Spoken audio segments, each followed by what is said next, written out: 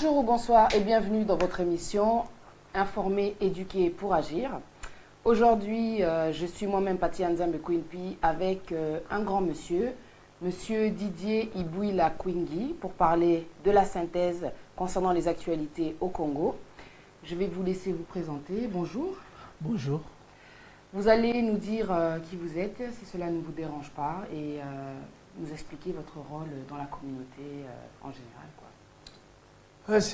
Merci beaucoup d'abord pour me donner l'occasion de parler du pays, la synthèse de ce qui se passe au pays. C'est toujours un privilège, en fait. Je m'appelle M. Didier Ibouila Kwingi. Pour ceux qui ont des difficultés pour dire mon nom, ils peuvent s'arrêter à Didier Ibouila. Ça ne me gêne pas trop. Je suis enseignant de profession. Je suis enseignant à l'université de Kinshasa, mais je suis encore dans mes recherches doctorales ici, que je n'ai pas encore fini. Dieu aidant, ça va finir d'ici là, avec votre soutien moral et vos conseils. Mais par ailleurs, je suis directeur exécutif de Congo Great Lakes Initiative, qui est une organisation que nous avons mise en place pour en fait, travailler sur des grands projets liés à l'éducation et à la culture de notre pays. C'est moi qui suis le directeur exécutif et au même moment, c'est moi qui coordonne des grands projets que nous avons en collaboration avec des grandes universités comme Cambridge, UCL, Royal Geographic Society, Oriman Museum, tout ça. C'est une longue histoire. Mais pour le moment, m'appeler Didier Ibouila suffirait. Et dire que je suis servant dans la communauté serait plus que suffisant. Merci. Merci beaucoup. Nous allons donc faire la synthèse des actualités, commencer par le budget national qui est en discussion au Parlement et qui aurait été augmenté de 4 milliards de dollars à 7 milliards de dollars. Quelle est votre opinion là-dessus? Oui, c'est une question qui est pas difficile, au fait, mais qui est un peu bizarre, qui me paraît bizarre, parce que pour une population de plus de 70 millions, on parle même de 80 millions de personnes, que ce soit 4 milliards ou 7 milliards, la conclusion est simple. C'est ridicule tout simplement d'avoir ces montants. Il est vrai, s'il est vrai que le gouvernement Matata a laissé une proposition de 4 milliards qui était ridicule, il ne reste pas moins vrai qu'une augmentation de 4 milliards à 7 milliards ne donne pas une idée sur ce que l'on ferait avec cet argent pour une population estimée, comme je le disais il n'y a pas longtemps, à 70 ou à 80 millions de personnes. Et je me demande moi-même, quels sont les moyens que ce gouvernement, par ailleurs récusé par la population, quels sont les moyens que ce gouvernement aurait pour mobiliser justement les 7 milliards tels que prévus. J'ai doute fort qu'il puisse arriver à cela et je crains que ce soit pire que ce qu'ils envisagent pour le moment. Donc je n'y crois pas. C'est du déjà vu. Et on n'arrivera pas à ces montants. Et même si on arrivait à ça, ça ne va résoudre presque aucun problème dans un pays comme le nôtre, avec sa superficie. Ces problèmes qui sont spécifiques et particuliers, mais au-delà de tout, avec sa population, comme je le disais il n'y a pas longtemps, pour ne faire que me répéter, 70 millions, 80 millions de personnes, ça c'est un budget qui est tout simplement inacceptable, mais aussi, comme je le disais, ridicule. Merci beaucoup. Qu'en pensez-vous?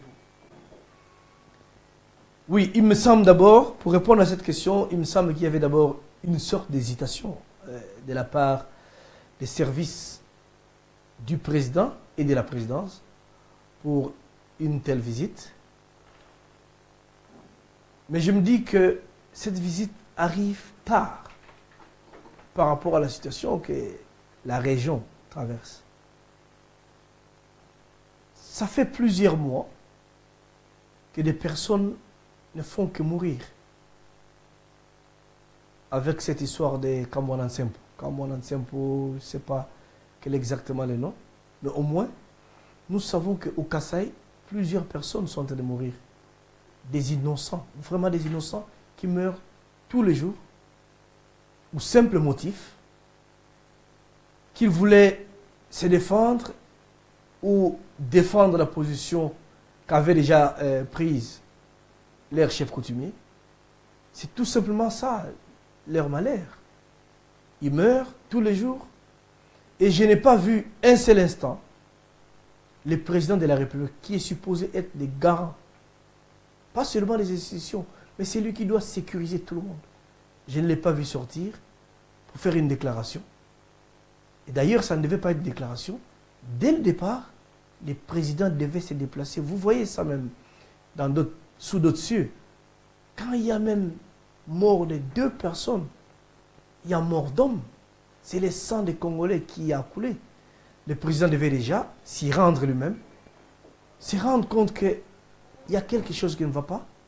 Déjà, la présence d'un président pouvait sécuriser les hommes. Mais je ne voudrais pas dire plus sur ma conception même de l'institution président chez nous, mais au moins sur le plan de fait, parce qu'il est là, je pense que ça a été catastrophique comme réaction que de ne faire aucune déclaration, préférer passer par les directeurs de cabinet, les ministres, pour parler en son nom. Non, c'est le numéro 1 qui devait prendre en charge l'affaire, faire des déclarations et prendre une action particulière.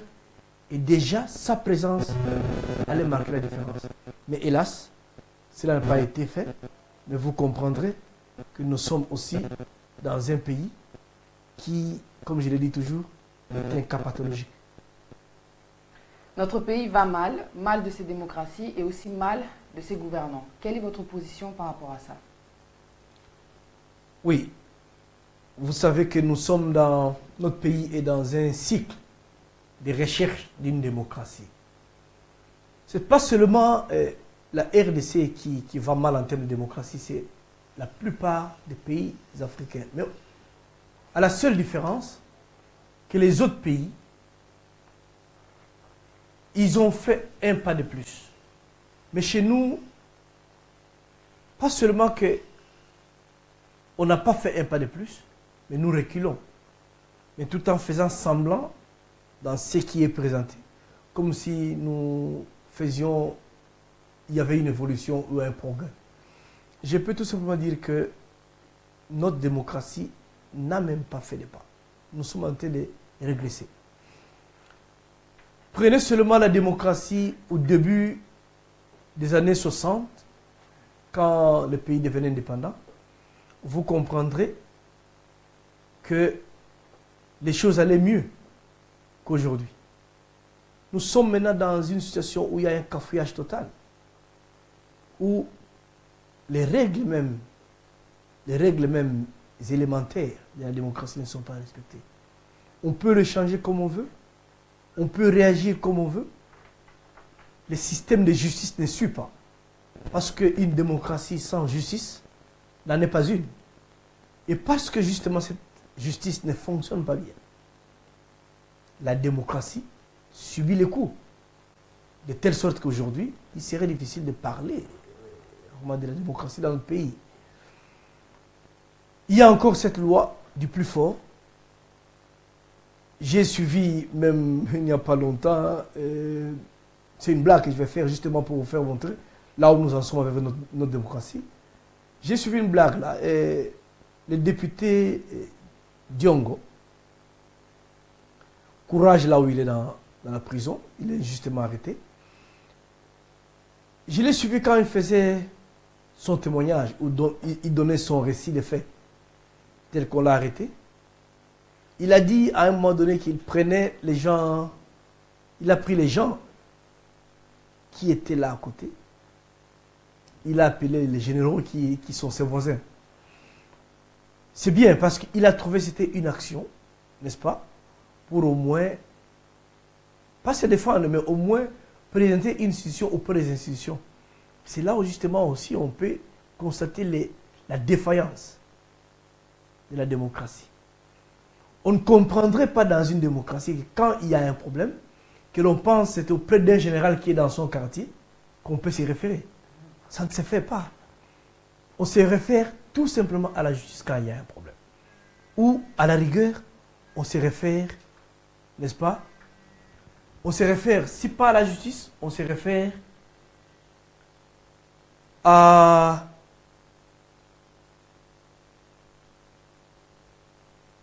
la police, par exemple. On peut se référer à la police parce que c'est une structure qui peut faire les relais entre la population et la justice. Bien sûr. Mais aller de là jusqu'à présenter ou chercher des contacts avec les généraux, c'est justement là où il y a un problème avec notre démocratie. On n'a pas encore fait un pas. Nous devons encore éduquer la population, il y a ce travail. Nous devons encore moderniser nos institutions de manière à faire en sorte que la démocratie fonctionne tel que ça doit se faire et tel que ça se fait sous d'autres cieux. Je voulais seulement dire en conclusion par rapport à ma question que notre démocratie a encore besoin d'une sorte de souffle qui puisse venir vraiment donner à nos institutions une allure qui puisse permettre au pays de fonctionner, mais cela ne peut se faire qu'avec, n'est-ce pas, l'apport de la justice qui est une structure ou un élément clé dans le fonctionnement d'une démocratie normale. Sinon, la loi du plus fort va continuer à prendre place ou à être de rigueur tel que ça se fait maintenant. Parce qu'aujourd'hui, quelqu'un peut encore te dire, monsieur, tu t'amuses avec moi, je suis de telle famille, je peux te faire arrêter, et ça s'est fait. Mais dans une démocratie comme ici, c'est encore une sorte de rêve lointain, dire que quelqu'un peut te faire arrêter comme ça, parce qu'il appartiendrait à une famille, à un clan ou à un parti politique. Mais malheureusement, et dommage, c'est ce qui se fait encore chez nous. Et donc, que pensez-vous des démocraties en Afrique, de la démocratie en Afrique? Non, comme je disais dès le départ, je devais peut-être enchaîner avec ça. Il y a des pays qui ont fait des progrès, qui ont commencé avec nous avec des tâtonnements, mais qui ont fait des progrès. Prenez par exemple le cas du Ghana. Aujourd'hui, il n'y a plus de doute que quand il y a élection au Ghana, on sait quand ça va se passer, et on sait qu'à la fin des élections, on aura un président vainqueur. Et que l'institution qui organise les élections finira par proclamer les élections en toute indépendance et le président qui va en sortir sera accepté et par celui qui aura été vaincu et aussi par la justice qui viendra seulement, n'est-ce pas, soutenir ou approuver les résultats. Mais ce n'est pas le cas chez nous. Il y a d'autres pays, comme au Sénégal, ils ont fait un grand pas avec leur démocratie. En Afrique du Sud, n'en parlons même pas. C'est presque tous les pays qui sont autour de nous qui ont fait un pas, sauf nous-mêmes, sauf l'Ouganda, sauf les Rwandais. Et suivez mon regard pour comprendre pourquoi. D'accord. Alors, par rapport à la démocratie en Afrique et à tous ces pays qui aujourd'hui, ceux que vous avez cités, qui ont une certaine démocratie, parce qu'il y a un certain changement. Le fait que le Congo aujourd'hui ne subit pas de démocratie, est-ce que vous pensez que c'est à cause du fait qu'on soit dirigé par les pays extérieurs tels que l'Europe, prenez voilà, l'Angleterre, les États-Unis? Est-ce que le fait qu'il n'y ait pas de démocratie, c'est à cause de ces pays étrangers-là? La question peut être posée autrement. C'est d'abord une question qui est intéressante, mais elle peut être posée autrement. Parce que, après certaines études, il y a une tendance à accepter la raison ou l'argument selon lequel les pays qui ont été colonisés par la Grande-Bretagne, disons les Royaumes-Unis, ont pris pris de l'avance par rapport aux pays qui ont été colonisés par soit les Belges, soit par les Portugais ou soit par les Belges. Mais disons, ramenons ça plus ici en termes du duo pays anglophones et pays francophones. Les pays francophones semblent avoir, surtout ceux qui sont en Afrique, semblent avoir un grand retard en termes de démocratie par rapport aux pays anglophones. Vous n'avez qu'à faire la différence. Cela est dû peut-être aussi au fait que la colonisation ou le processus de colonisation n'a pas été le même par rapport à ces deux pays. Dans la plupart des cas, la plupart des colonies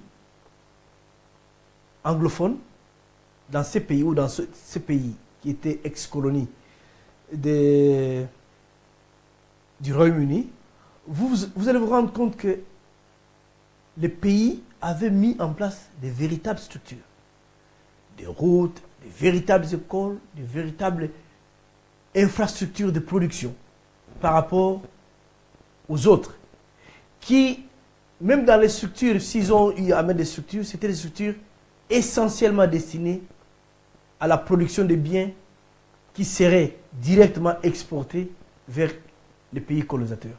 Ce qui n'est pas nécessairement le cas pour les pays qui étaient colonisés par le Royaume-Uni. Ça peut contribuer aussi au fait que les structures, déjà dès le départ étant différentes, les pays colonisés par les anglophones n'ont fait que s'adapter au fait, adapter ces structures, ces moyens de production à la réalité de la démocratie, contrairement à ceux qui étaient colonisés par les francophones. Mais il y a aussi l'influence exercée par les pays ex-colonies.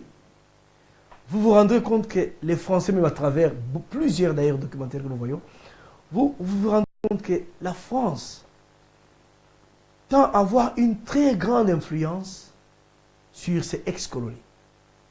Et par ricochet, la Belgique aussi. Vous n'avez qu'à suivre l'évolution de la francophonie.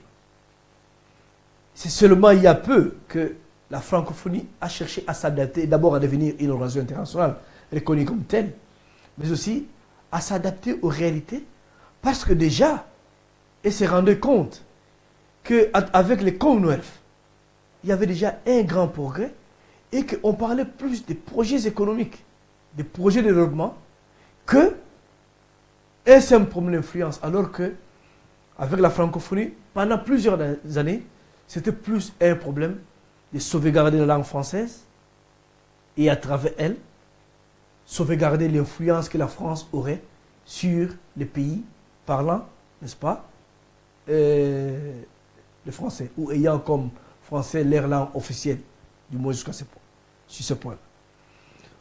Ce qui fait que, cherchant à influencer ou avoir un contrôle sur ces pays, la France n'a pas favorisé la démocratie tel que cela a été fait par les UK.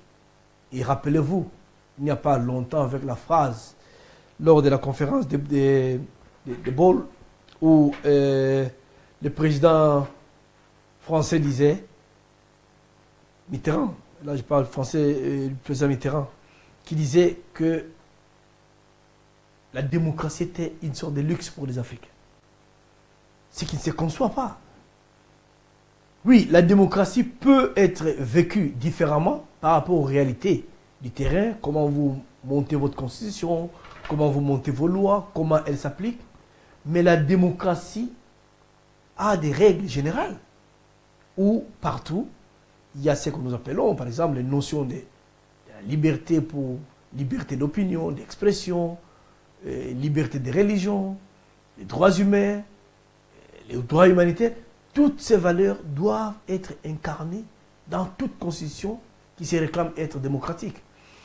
Mais déjà, pour un président dire que c'était un luxe, vous allez comprendre que déjà, la conception même française, leur stratégie de comment ils voulaient les pays africains mener les démocraties ou faire justement cette grande transition des grandes dictatures qu'ils étaient aux démocraties, c'était différent. Ils avaient avec eux l'intention de continuer à avoir la main, le contrôle de l'Afrique.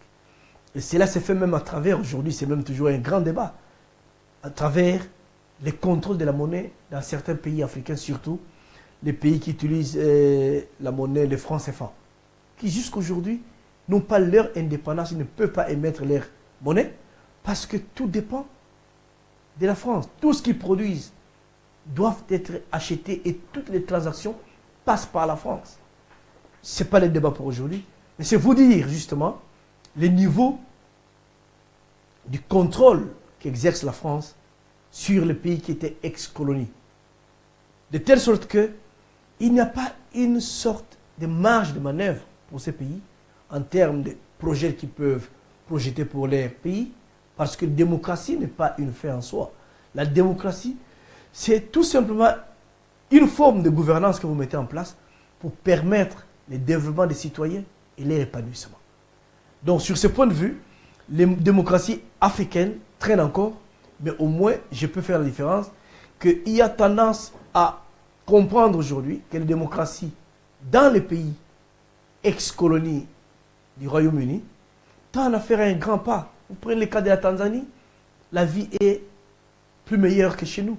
Prenez le cas de l'Afrique du Sud, la Zambie, prenez le cas du Nigeria, prenez le cas du Ghana, pour ne citer que ces pays-là, il y a déjà une grande différence. Mais au moins sur le plan général, les démocraties africaines souffrent encore. Mais la nôtre reste encore la plus pire. Où aujourd'hui on peut dire, il y a certaines règles acceptées, mais demain peut-être quelqu'un peut venir comme ça, juste, je reviens de la main et dire non, nous n'acceptons pas ça. Voilà ce que nous avons comme problème avec nos démocraties en Afrique. Il faut un effort, mais l'effort ne dépend pas nécessairement des gouvernants plutôt, mais il faut que les gouvernés soient associés justement au processus de démocratisation. Sinon, on risque de n'aller nulle part. Et donc, à la question, pouvons-nous arriver à faire une différence entre la démocratie dans les pays anglophones et autres pays? Vous avez apporté beaucoup de réponses déjà. Est-ce que vous avez autre chose à rajouter par rapport à cette question-là? La différence entre la démocratie dans les pays anglophones et autres pays? Non, c'est justement, j'ai juste ramené la question précédente, j'ai peut-être déjà pris de l'avance par rapport à ce que tu viens de poser comme question. Je voulais seulement revenir sur ça, que les démocraties en Afrique, j'appelle ça au pluriel parce qu'il y a plusieurs démocraties en Afrique, et des démocraties qui ont des différentes vitesses, au fait. La démocratie dans les pays colonisés par la France ont pris un peu du retard par rapport à la démocratie dans les pays colonisés par le Royaume-Uni. Et au-delà de ça, il y a la Belgique. Quand je prends la Belgique, c'est pratiquement une tendance française de voir les choses. Ils ont tendance à avoir la mainmise et le contrôle du pays. Ce qui fait que par moment, nous ne savons pas amorcer certaines décisions ou prendre certaines initiatives qui puissent renforcer la démocratie chez nous, tout simplement parce qu'il y a ce contrôle, cette mainmise sur les pays. Et il y a aussi, de l'autre côté, certains pays colonisés par l'Espagne et par le Portugal. Là, le constat est que c'est comme s'il y a une sorte de contrat où on ne dit rien, les muets, on est muets. Les ex-pays colonisateurs semblent ne pas dicter la loi ou les règles du jeu, tout en gardant de bonnes relations avec les ex-colonies. Peut-être parce que sur ce point-là, il n'y a pas plusieurs pays qui parlent lusophone ou qui parlent l'Espagne, et l'espagnol plutôt. Il n'y en a pas beaucoup. Peut-être à cause de ça, il n'y a pas plusieurs tensions entre ces pays qui les ont colonisés et les pays qui étaient colonisés, quoi. Mais sur ce plan ici, quand je ramène tout sur les Royaumes-Unis et la France, c'est parce que ces pays, à eux, seuls, ont eu à coloniser presque toute l'Afrique. Par rapport à ça, j'ai fait une sorte de comparaison pour arriver à une conclusion que les pays colonisés par la France ont un retard par rapport aux pays anglophones en termes de la démocratisation de ces pays-là. Et donc, comment pouvons-nous sortir de la crise actuelle en RDC? La crise actuelle en RDC, c'est... Il n'y a pas une solution magique d'abord. Nous devons partir du fait que, comme je l'ai dit là, il n'y a pas de démocratie au pays.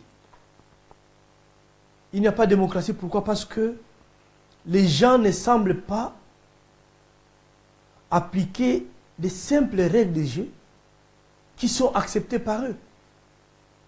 Je vais te donner un exemple, ou quelques exemples. Nous disons en 2006 qu'il y a élection à 2 tours. Ça, c'est la Constitution qui le dit. Il y a élection. On arrive en 2006, il y a élection effectivement. Les résultats, vrais ou faux, nous sont présentés. Les gens acceptent ces résultats. Le président dirige pendant 5 ans. On arrive 5 ans après, parce qu'on voudrait favoriser un candidat, on change brusquement la Constitution pour dire les élections ne se font plus en 2 tours. Pourquoi? Tout simplement parce que on voudrait éviter les équilibres qui peuvent se recréer après le premier tour et qui iraient peut-être en défaveur d'un candidat. En ce moment-là, on personnifie la démocratie. On voudrait faire la démocratie autour d'une personne, autour d'un parti, autour d'un mouvement. Or, la démocratie ne peut pas être personnalisée. C'est justement quand elle est personnalisée qu'elle ne l'est plus. Elle n'est plus une démocratie. Ça, c'est le piège qui nous a fait d'abord tomber et qui déjà, dès le départ, ne pouvait plus nous ramener quelque chose. En 2011, on dit, mais ce n'est pas dans la Constitution nécessairement, mais les règles du jeu, on vous dit, qui est, ne fût-ce que débat. En démocratie, on a besoin du débat entre les différents projets. Mais que les gens viennent quand même défendre ces débats, ces projets. On n'a pas eu la chance, que ce soit en 2006, que ce soit en 2011, que les gens viennent nous proposer ce qu'ils veulent pour le pays. Les gens n'ont pas voté pour les projets, mais les gens votent pour des individus. Là, c'est aussi un handicap à la démocratie. Parce que les gens ne savent pas quel est le taux de taxes, le taux de leur contribution à la pension. Les gens ne connaissent rien, mais les gens vont voter. On vient voter pour personne X, Y. On veut voter pour... Je ne fais pas la publicité d'une personne ici. On veut voter pour Fayou. Mais vous devez donner la chance à M. Fayou de venir défendre son projet. On veut voter pour M. X, Y, je peux citer plusieurs noms. Mais vous devez donner la chance à ces messieurs de venir avec son projet, le défendre, expliquer à la population quel est ce projet. Mais chez nous, on n'a jamais donné la chance, justement, à ces gens de défendre leur projet. Ce qui fait que les gens votent sans savoir pourquoi ils votent. Ils votent le nom de la personne tout simplement parce que on a fait passer des tricots qui, d'ailleurs, en rentrant à la maison, peut-être quelqu'un peut vous voler encore ces tricots. Vous arrivez à la maison sans ces tricots. On peut vous proposer du sel. Mais d'ailleurs, nous disons, le sel tue. Mais on vous a proposé du sel. C'est justement ce qu'on amène au village. On vous donne du sel partout. Vous consommez. Alors que même le même sel-là détruit votre santé. Mais vous achetez votre mort, au fait, pour voter pour quelqu'un. C'est ce qu'on fait. C'est une démocratie, au fait, qui a des problèmes sérieux. Nous devons restructurer comment nous faisons les choses au pays. On doit avoir les structures qui sont indépendantes qui organise même le processus électoral. Ici, par exemple, les élections sont organisées par le gouvernement. On fait confiance parce que on ne voit pas ici un gouvernement dire nous allons organiser la fraude. Mais chez nous, comme c'est un processus, on a besoin de structures fortes, mais ces structures, justement, doivent être indépendantes. Mais hélas, elles ne le sont pas. Prenons le cas de la CENI, par exemple, chez nous. Vous sentez, c'est vraiment une structure appendice. On peut perdre, pour ne pas dire une structure appendice à la présidence ou au président de la République. Comment vous pouvez croire à une telle démocratie quand l'institution qui est censée au moins garantir une sorte d'indépendance n'est qu'alliée tout simplement et à 100% d'ailleurs du président de la République ou de la mouvance présidentielle. Avec ça, la démocratie est boiteuse et on ne peut pas aller. Donc il faut tout simplement réfléchir sur comment repenser carrément notre démocratie. Jusque-là, elle ne fonctionne pas telle qu'une démocratie doit fonctionner. C'est tout simplement la jungle, comme si je peux m'exprimer ici. Nous sommes encore dans la jungle. Merci. Que pensez-vous que la question de la nationalité, pensez-vous que la question de la nationalité est un élément qui contribue aux questions de l'insécurité au pays? Est-ce qu'il y a une relation? La question de la nationalité dans notre pays est une question qui jusque-là, et malheureusement, n'a pas été abordée avec lucidité. Je le dis tout simplement parce que dans ces pays qui nous acceptent comme résidents, on ne peut pas un seul instant imaginer qu'un étranger qui a obtenu une nationalité britannique puisse être un danger pour la Grande-Bretagne. On ne peut pas imaginer un seul instant qu'un citoyen qui a obtenu une nationalité française, américaine, suédoise, hollandaise, puisse devenir un danger pour la nation qu'il a acceptée.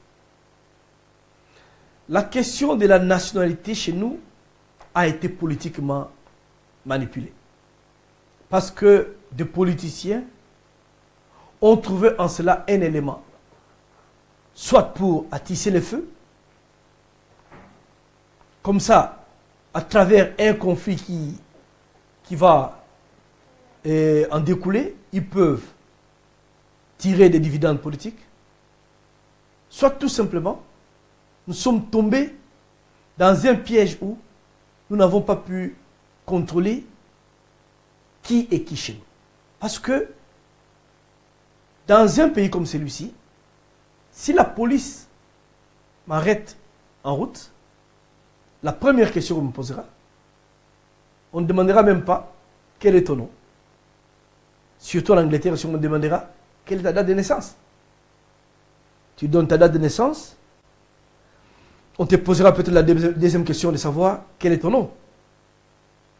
Aussitôt que tu as donné ta date de naissance, tu as donné ton nom, on sait qui tu es, on sait où tu vis, ton adresse, on connaît ton numéro de téléphone, au moins ce que tu avais donné au moment où on avait enregistré tes données, on connaît tes enfants, on connaît ton statut, ça signifie ton état civil, tu es marié, tu es célibataire, tu as combien d'enfants, on connaît si tu es criminel, on connaît si tu peux avoir accès aux enfants, on connaît si tu peux avoir accès aux adultes, ça signifie est-ce qu'on peut te laisser le temps de travailler avec les enfants ou les adultes, parce qu'ici, avec ton casier judiciaire, on peut savoir cette personne est de telle catégorie. Nous ne pouvons pas permettre qu'il puisse travailler avec les enfants.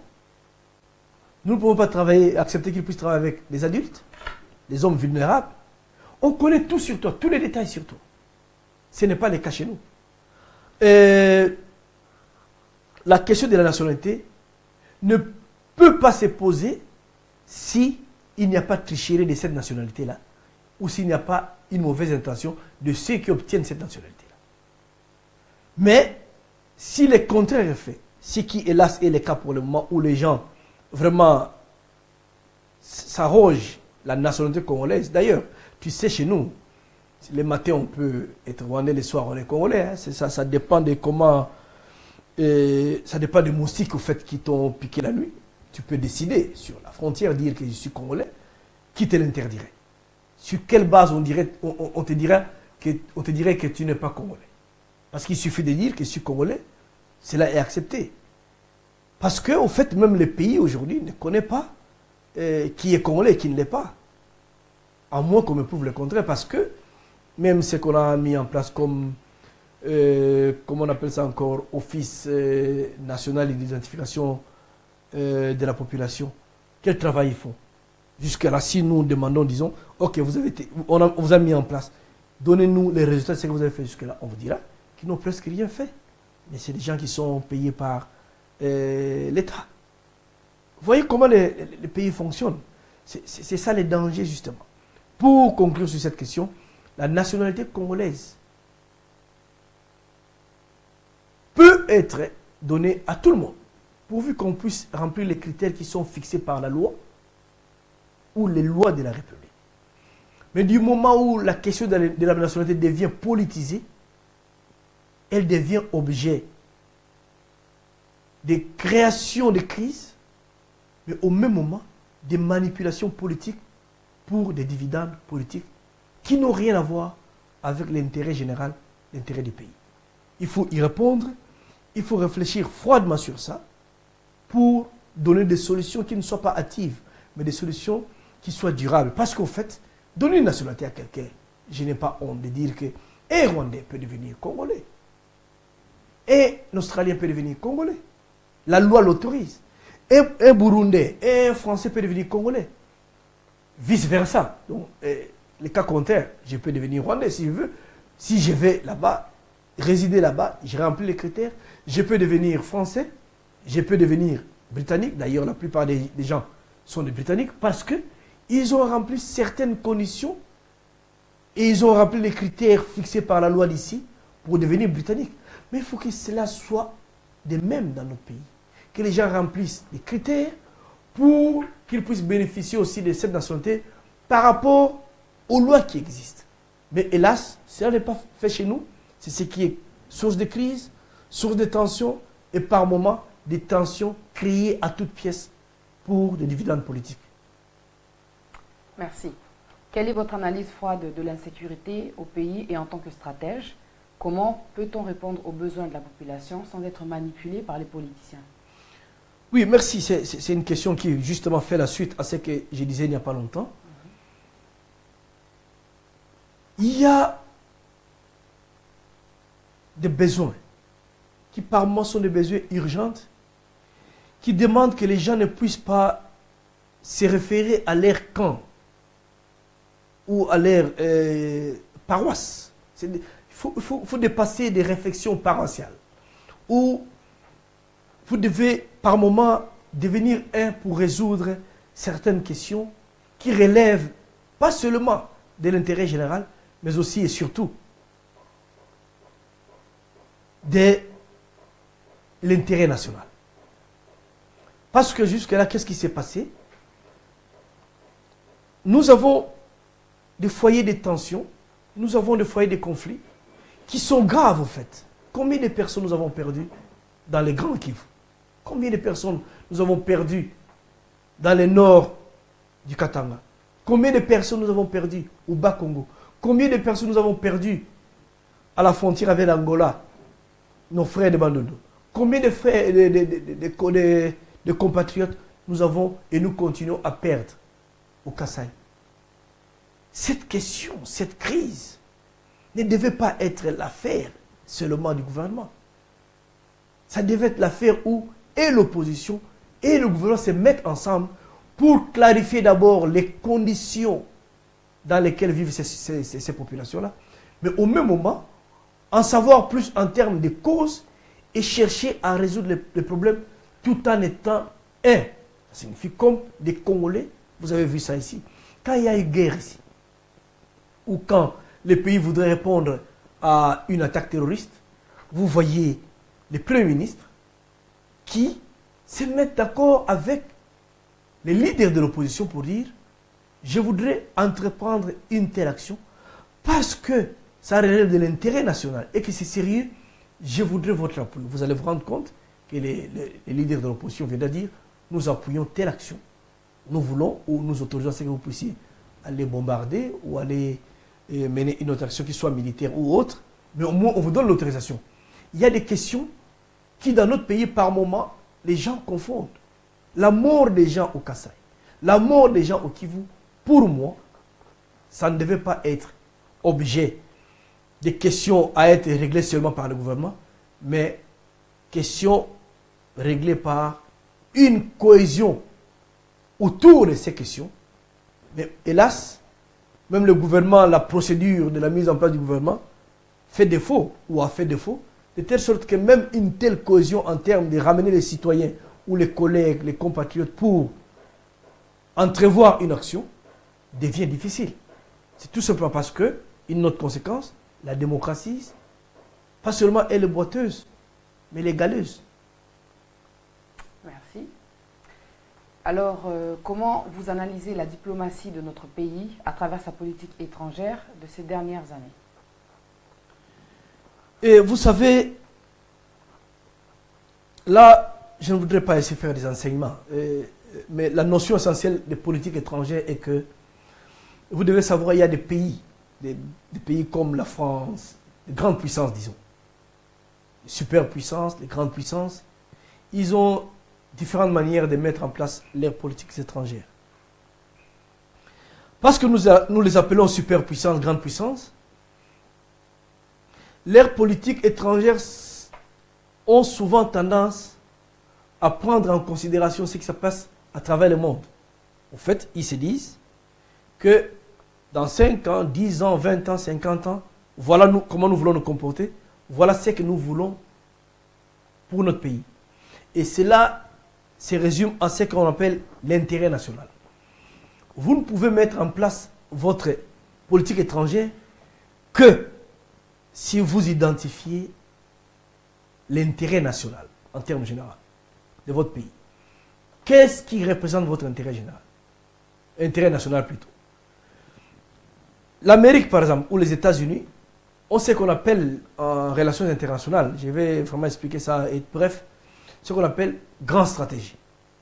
Ils ont la grande stratégie et ils savent que c'est à travers la grande stratégie, on appelle ça en anglais grande stratégie, à travers la grande stratégie, ils confectionnent justement leur politique étrangère. Pour dire, notre pays dans 50 ans voudrait rester le pays qui domine sur la planète. Mais comment maintenant? Quelles sont les politiques que nous devons mettre en place pour que justement nous puissions rester ces pays qui justement continuent à dominer le monde? Mais nous dépendons plus d'abord de ces grandes puissances, mais au même moment, nous n'avons pas les moyens justement de notre politique étrangère. Eux, ils ont la culture qu'ils amènent avec eux. C'est pourquoi vous voyez la francophonie, c'est aussi une façon de mener la politique étrangère sous d'autres formes. Vous voyez même le Commonwealth, c'est une façon de dominer ou de mener leur politique étrangère sous d'autres formes culturelles. Vous voyez les États-Unis avec tous les centres culturels américains qu'ils ont à travers tous les pays, les systèmes de bourse, tout ça, ça fait partie de la grande machine de la politique étrangère que nous n'avons pas. Parce que comment vous allez mener quand vous n'avez pas les moyens financiers? Comment vous allez mettre en place un budget? Je me rappelle déjà le président Mobutu qui, oubliant même ses propres citoyens, a fait un don à comment on appelle ça, CPGL, qui est une organisation sous-régionale dans l'Afrique centrale, qui regroupait essentiellement les Rwandais, les Burundi et notre pays, le Congo, les Zaïre d'antan, qui arrivaient même à faire des dons justement à ces pays, qui étaient justement une sorte de stratégie dans la démarche d'une politique étrangère, mais qui ne pouvait pas marcher parce qu'on n'avait pas assez de moyens. Une politique étrangère s'est faite avec des moyens économiques, culturels, mais hélas, nous n'avons pas ces moyens. Et même quand nous arrivons à mettre en place une politique étrangère, il est difficile de les réaliser parce que nous devons avoir des pays relais qui puissent justement nous aider à poursuivre ce que nous voulons. Encore faudra-t-il que justement ces pays puissent être en harmonie avec ce que vous voulez poursuivre. C'est pourquoi, pour qu'une politique étrangère soit efficace, vous devez rechercher les moyens de votre indépendance pour que ce que vous allez faire dépende essentiellement de vous que des autres. Jusque-là, je ne vois pas les pays entrevoir ou entreprendre une action en termes de politique étrangère qui ne puisse pas dépendre de la volonté des autres. Je ne vois pas. Parce que j'ai vu dernièrement ici monsieur le ministre chez Okitundu faire des tours. Il est vraiment en campagne. Ce que nous appelons vraiment une diplomatie active où il est partout. Mais qu'est-ce que nous avons? Qu'est-ce que les gens connaissent du Congo? Je me suis présenté au départ là comme directeur d'une grande organisation avec des grands projets, avec des grandes universités ici. Mais quand nous organisons les chaussures, les Congos, des grandes exhibitions, vous voyez que les gens ne sont même pas là. Normalement, c'est les ambassades qui devaient se précipiter à se dire, oh, écoutez, il y a une exhibition sur les Congo dans une grande université comme Cambridge, qui est une université enviée par tout le monde. Quand nous organisons une exhibition là-bas, même pas les chats. Je ne voudrais pas une présence d'un ambassadeur. Là, on peut dire que c'est politique. Mais écoutez, mais la présence ne fût-ce que de l'attaché culturel. Pour venir voir qu'est-ce qui se passe. Qu'est-ce que l'on rencontre sur le Congo? Il n'y en a pas. Comment vous allez évoluer? Quand tous ces éléments ne sont pas mis en musique pour justement faire connaître votre pays à travers les pays. Parce qu'en fait, les ambassades et au plus simple, les ambassades, au fait, c'est que un ambassadeur, il ne représente pas seulement le président, mais aussi les intérêts et des citoyens, mais il fait aussi la promotion de son pays.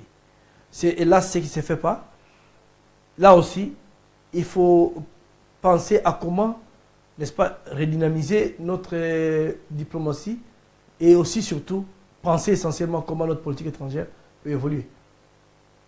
Merci. Alors, quelle peut être la nouvelle stratégie pour un véritable développement dans ce pays et quel peut être le rôle intellectuel dans ce processus? Nous avons, là je vais être bref, et nous ne sommes pas au pays, le système de l'éducation a évolué. Mais malheureusement, nous sommes dans la modernité, la révolution de la modernité, sans être moderne, dans notre pays. C'est-à-dire? Parce que, au pays aujourd'hui, il y a une sorte de chanson qui dit « révolution de la modernité, révolution de la modernité ». On ne peut pas révolutionner une modernité sans être moderne. C'est une contradiction en soi. Mais malheureusement, on nous a fait croire que ce qu'on fait comme projet au pays, on a fait boire une coupe de sang aux Congolais comme si on leur donnait une coupe de vin pour qu'ils soient sauvés. On ne peut pas venir faire des propagandes et dire on est en pleine révolution de la modernité sans que vous-même vous ne soyez moderne. C'est un discours qui en soi et en lui-même est contradictoire. Et malheureusement, pour répondre exactement à votre question, nous avons besoin de révolutionner notre système d'enseignement, ce qui n'est pas le cas.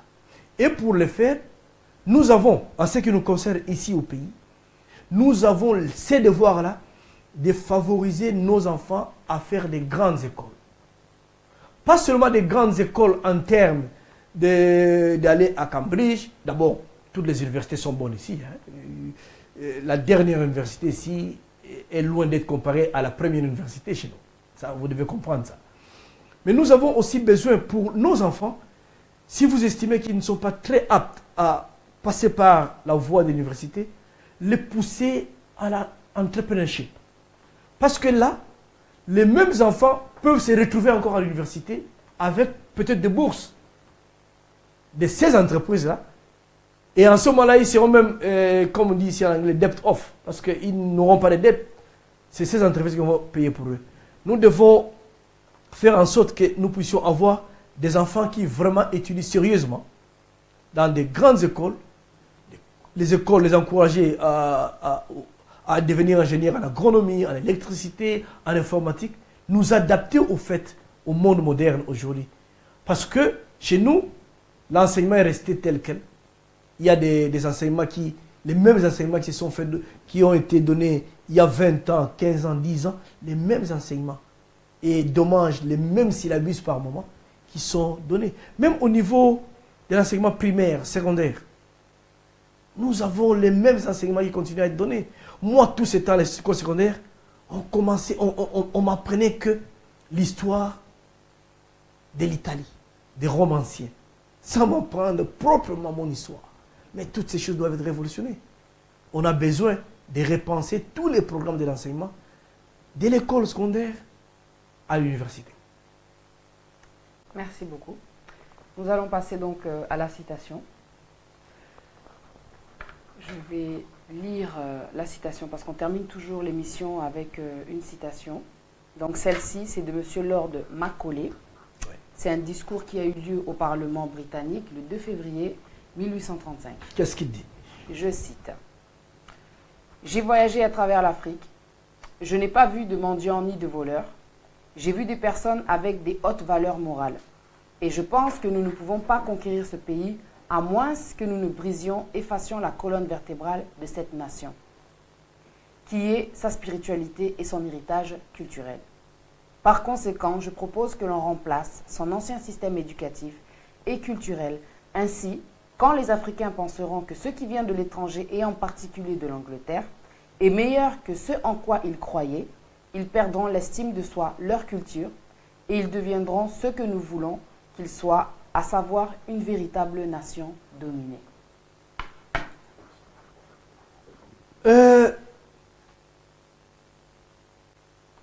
Ce passage est choquant.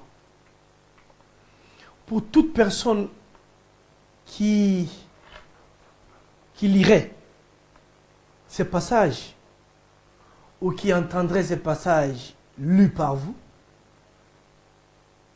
il ne peut pas rester insensible. Et c'est comme si je savais, c'est ce que j'ai développé il n'y a pas longtemps.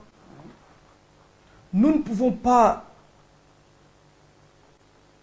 ramener les progrès d'une nation en nous confiant aux valeurs des autres. Nous avons nos propres valeurs, nous avons notre propre culture.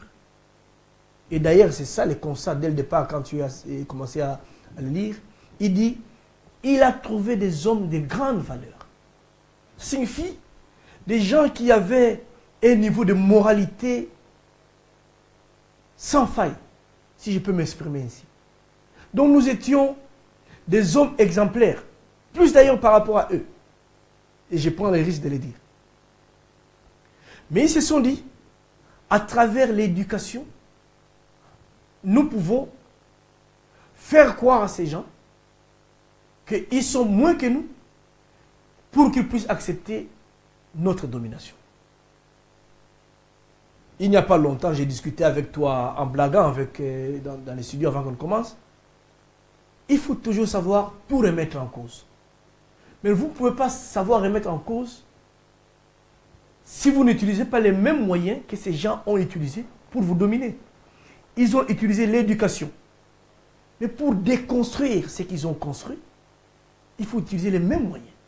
L'éducation. Donc, à travers l'éducation, nous pouvons déconstruire ce que ces gens ont utilisé pour nous dominer jusqu'au jour. Vous savez, il y a des gens aujourd'hui, quand ils voient un homme d'une autre couleur que lui pense qu'il faut lui donner la chaise. Je constate ça même dans des grandes réunions ici. Vous invitez des gens, parce qu'il y a quelqu'un d'une autre couleur qui n'est pas comme vous pensez que vous devez lui donner la chaise avant vous. Alors que vous êtes venus ensemble. Vous vous sentez vraiment inférieur à lui. C'est dommage, j'ai ce complexe. Mais et là, c'est un complexe de supériorité. C'est ce que j'ai. Dommage. il faut que je fasse justement cet effort même pour me décomplexer. Si j'ai un complexe, c'est un complexe de supériorité. Je me dis toujours que partout où je suis, si je ne suis pas le meilleur, je suis parmi les meilleurs. Ce n'est pas seulement en déclarant ça, en faisant un effort justement pour être meilleur. Nous, comme Congolais, nous devons être forts là où nous travaillons, là où nous étudions, à travers notre éducation, l'éducation que nous donnons à nos enfants, faisons un effort pour être les meilleurs. Nous devons considérer cette déclaration comme une déclaration. Pas seulement elle est une déclaration, déjà elle l'était, attentatoire. Mais c'est une déclaration, comment je peux m'expliquer. Je cherche des mots qui puissent exprimer ce que je ressens pour le moment. C'est attentatoire. Bien sûr. Mais c'est aussi incantatoire au même moment. Ça vous révèle des choses où nous devons justement nous mettre ensemble, avoir un gouvernement responsable pour ces pays qui puisse mettre des filles et des fils de ces pays ensemble pour réfléchir comment nous pouvons découler en comptant sur nos ressources. Mais des ressources qui sont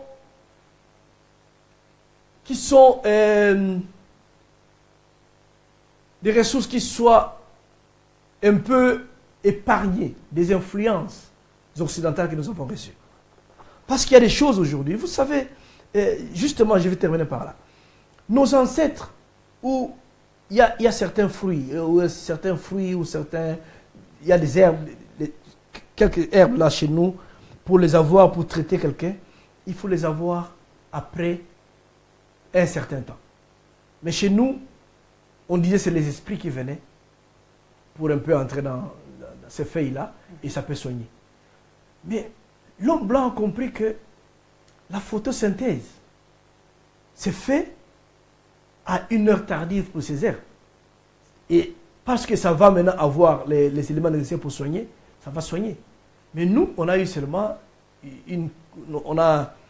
nous avons une explication spirituelle de ce que peut nous ramener ces plantes. Alors que l'homme blanc a évolué pour avoir un argument scientifique, justement pour avoir les mêmes conclusions en termes des effets de ces plantes-là. Nous devons rentrer chez nous, pas nous recroqueviller comme on dit, mais nous devons encore retourner dans nos sources pour savoir ce que nous voulons. Et comment nous pouvons arriver à cela. Mais il faut pour cela, nous ne parlons pas vraiment politique au vrai sens du mot ici, mais il faut pour cela un gouvernement. Et ce gouvernement est responsable, un gouvernement qui est choisi par le peuple, mais qui, dommage, n'est pas ce que nous avons pour le moment.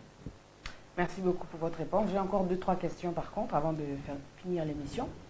Alors, je voulais savoir quel est le rôle que peut jouer la diaspora pour le changement au pays et comment cela peut se réaliser.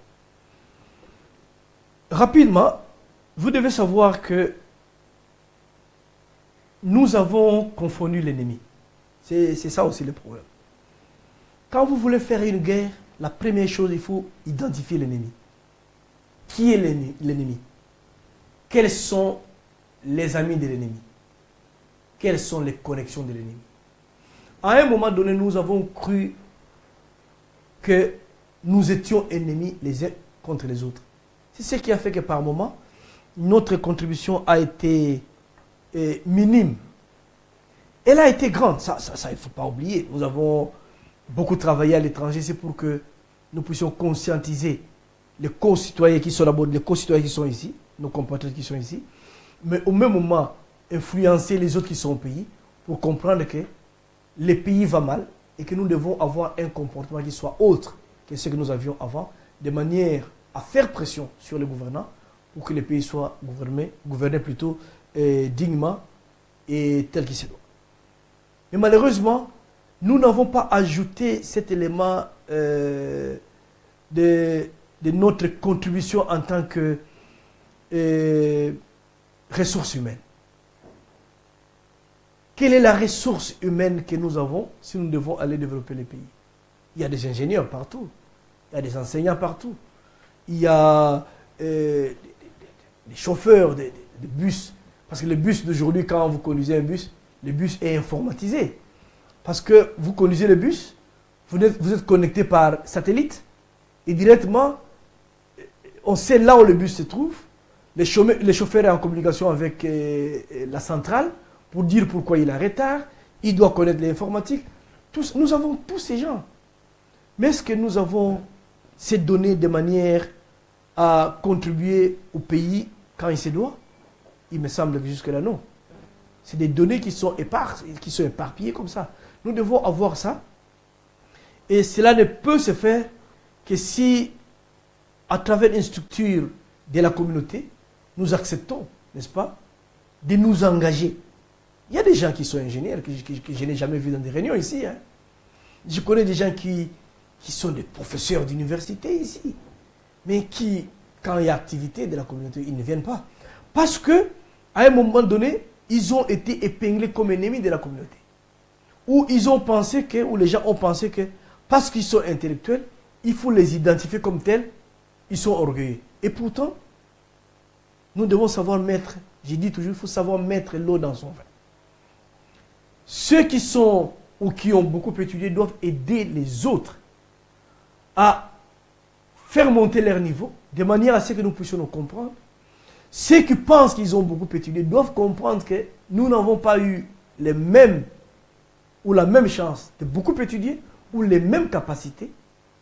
Et ils doivent savoir descendre ou ramener leur niveau.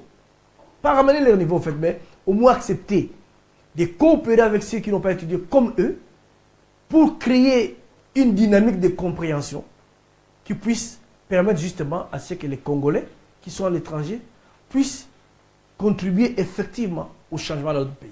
On a besoin de ça. Tant que la diaspora ne va pas s'impliquer effectivement, je peux vous garantir que les changements tardera à venir au pays. Merci. Et quel rôle peuvent jouer les intellectuels pour préparer des cadres de demain à partir de l'étranger? Là-dessus, je dis tout simplement savoir organiser la jeunesse pour qu'ils puissent savoir c'est sur quoi ils s'engagent. La jeunesse aujourd'hui est désemparée. Par moment, vous voyez les jeunes qui s'inscrivent à l'université, mais au fait, ils ne savent pas pourquoi ils le font. Vous devez savoir projeter les choses dans l'avenir. Qu'est-ce qui va donner le travail dans les jours qui viennent? Qu'est-ce qui sera intéressant demain pour nos jeunes? Quel est le domaine qui va donner le plus de travail demain? C'est sur ce domaine que vous devez engager vos enfants d'aujourd'hui.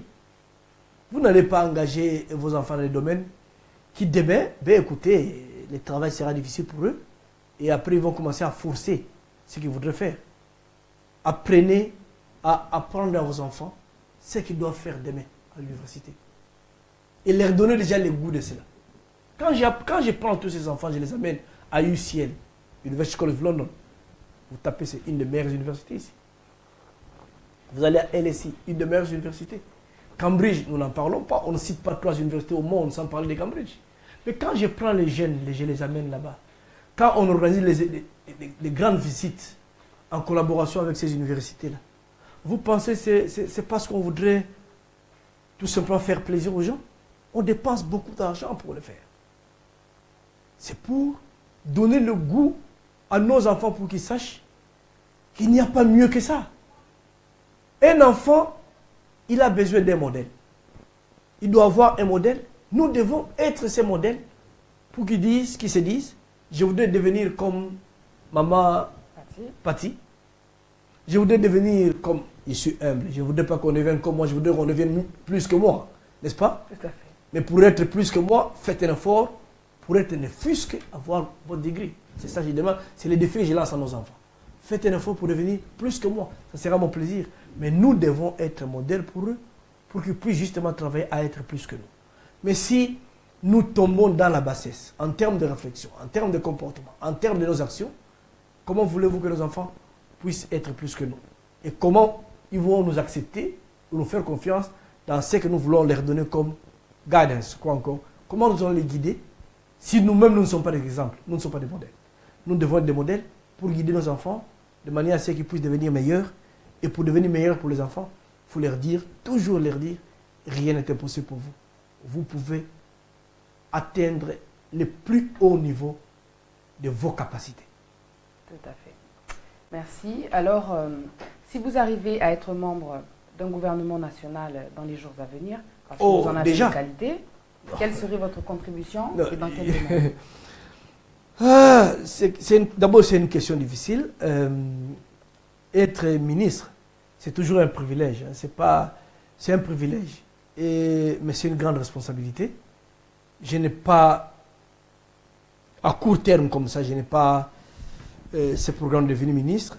Je ne me vois pas dans un gouvernement dirigé par certaines personnes.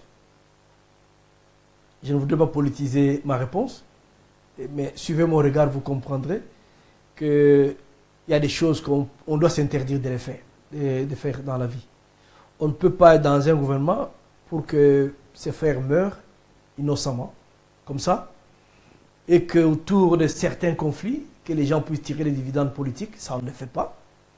Mais au même moment, si un jour dans la vie, Maman Pati, vous devenez Premier ministre et vous dites, je vous trouve compétent pour restructurer l'enseignement par exemple, ça sera un rêve.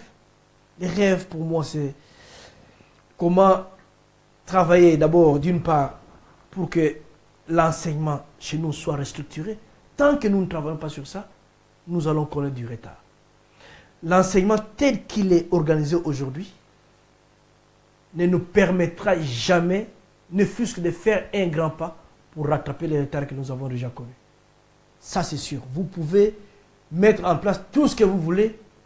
Je vois des professeurs, des vieux, sur le plateau de télévision, soutenir ou un ministre ou quoi. Ça ne marchera pas parce que le programme est mauvais. Quand le concept du départ est mauvais, le reste est mauvais et la conclusion sera faussée. Ça c'est sûr. C'est une bonne question ou c'est peut-être un souhait. Merci d'avance. Mais je voudrais être humble là-dessus. Je ne suis pas un homme à me précipiter sur des postes. Moi, je suis souvent très fier de ce que j'ai fait. L'enseignement, je l'aime. C'est ce que mon père m'a donné des meilleurs savoirs enseigner. C'est naturel même. Je l'ai obtenu peut-être de ma famille parce que beaucoup de gens sont enseignants au niveau supérieur, universitaire, secondaire ou quoi. J'aime ça, mais si la chance un jour sourit pour que nous puissions justement avoir des responsabilités plus que celles que nous avons déjà, eh bien volontiers nous allons le faire, nous allons servir notre pays, mais ça sera plus dans les domaines de la coopération internationale, politique internationale, enseignement. Ça sera, et surtout du développement rural. Du développement rural. D'accord. Merci beaucoup en tout cas pour votre réponse. L'émission se termine donc sur cette réponse de M. Didé Ibouila Kouingui. Je vous dis à très bientôt. C'était Pati Nzambe Kouimpi dans votre émission Informer, éduquer pour agir. Je vous dis à très bientôt sur les plateaux de congosynthèse.com, toleka.net. Merci beaucoup. Merci.